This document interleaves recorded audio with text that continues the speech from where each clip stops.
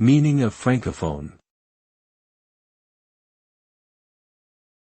Francophone. Francophone.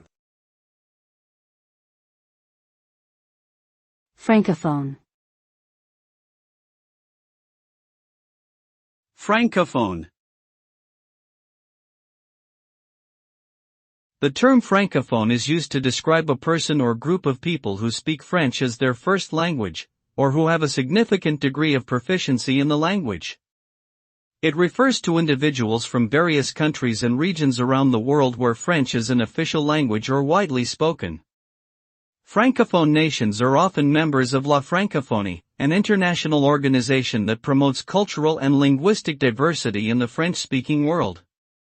The term also encompasses a wide range of cultural and social factors that shape the experiences and identities of francophones across different contexts and communities.